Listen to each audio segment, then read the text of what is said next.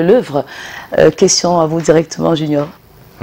Alors, rebonjour aux téléspectateurs de Canal 2 International et bienvenue à l'instant de la revue littéraire sur Canal 2 International et bien sûr sur Canal Matin. Alors, Fidil et Patricia, faire foule, ça sauve du désespoir. Voilà deux vers tirés de ce magnifique recueil de poèmes de Hervé Yamkem intitulé « Habille-toi de terre et de sel ». La notion de l'engagement pour la libération du citoyen dans une société frustrante est un concept qui guide les travaux de ce poète africain. Des vers assis parmi les nôtres au milieu des tambours où l'on doit être habillé de terre et de sel. Le dire ainsi, cela est incompréhensible si l'on se limite à lire la poésie comme si on veut juste de la sonorité. Eh bien, nous allons au pied de chaque vers de ce recueil découvrir ensemble une triple séquence de notre existence. Tout d'abord, le livre nous enseigne que nous venons de quelque part et des mains des autres et que de même que nous venons de quelque part, nous mourrons entre les mains des autres. Une invitation à l'humilité, bien sûr, car au début était l'homme et à la fin sera l'homme. C'est un hymne à la cohabitation éternelle, cohabitation d'abord déterminée et bien sûr fatale, d'où le fameux titre « Assis parmi les nôtres » de la page 4 de ce magnifique recueil de poèmes. Ensuite, une telle lecture nous renseigne sur notre apport dans notre société en présentant au lecteur les nombreuses occasions où l'on doit se montrer utile et serviable envers la société. Le jeune enfant obligé de lire ce recueil de poèmes sort d'ici rempli de morale et de civilité. C'est un objectif recherché par le poète à travers ses récits de ce jour. Ce sont ceux qui marchent en écoutant les douleurs d'hommes, chantent, dansent, égayent l'obscurité en apportant de la joie sur des visages sans voix, pour citer le poète à la page 25 de cet apport poétique.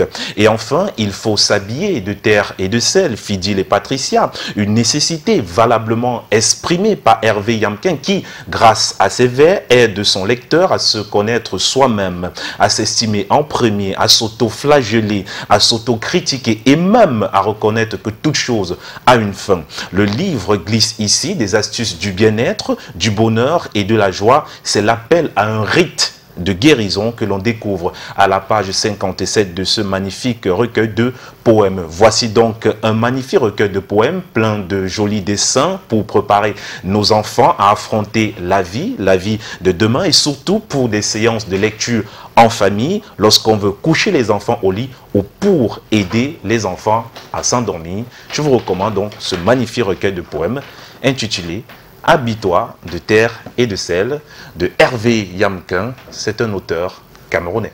J'adore d'ailleurs les couleurs qui sont assez illustratives. Ouais, très belle couleur. Le marron, justement, la couleur de la terre. Et on a rappelé que l'auteur devait forcément faire recours au second degré. Alors j'ai retenu une phrase, la joie, apporter ou mettre de la joie sur ses visages sans voix. Ah, donc oui. Comme la voix des sans voix en fait. Effectivement, effectivement. Il faudrait peut-être dire quelque chose, c'est que c'est un poète qui est très soucieux tout de même de l'environnement, au-delà de l'environnement, mais également de la société et des rapports entre individus. C'est l'un des poètes qui, à mon avis, j'aurais peut-être dû poser la question à ce poète, est-ce qu'il a beaucoup lu Antoine de Saint-Exupéry? Parce que le côté humaniste se ressent carrément dans l'ouvrage que nous avons lu aujourd'hui, et bien sûr apporter de la joie sur des visages sans voix, voilà, ça démontre clairement qu'il y a des gens qui sont tristes autour de nous, et nous devons être les porteurs du bonheur auprès des gens. C'est la contribution, c'est aller à la rencontre de l'autre, c'est partager avec les autres son bonheur. On ne peut pas être heureux tout seul. D'où la couleur jaune justement qui symbolise le soleil. Le soleil, voilà, il faut rayonner, il faut rayonner. Et peut-être pour dire avec l'actualité au Cameroun, fait foule, ça sauve du désespoir.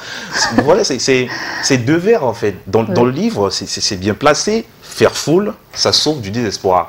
Là, le poète a décidé de partager avec la population africaine les différentes manifestations qui existent aujourd'hui dans la société. Comme pour dire, lorsqu'il y a une manifestation sur un sujet donné, quand il y a grève pour la faim par exemple, ne t'assois pas à la maison, tu attends. Il faut descendre dans la rue, et bien sûr la rue ce n'est pas avec des ordres, mais il faut quand même manifester pour exprimer son mécontentement. Donc, quelque part, il invite également l'ensemble des États africains à ne pas opprimer les individus à laisser les uns et les autres s'exprimer, parce qu'il y a cette liberté d'expression. Donc c'est de ça que l'auteur également est, parce que quand on exprime son désespoir, il y a de chances qu'on trouve, n'est-ce pas, une solution et qu'on retrouve de l'espoir. Écoutez, merci en tout cas d'être passé par ici, Junior Hossein. Prochain rendez-vous, ce sera lundi dans le cadre de la revue de presse, et bien évidemment ça. Passez un excellent week-end. Déjà, vous allez le passer où? Bah, il y a mon fils qui m'a beaucoup manqué. Ok. Je serai avec lui. Super. Sa sœur également.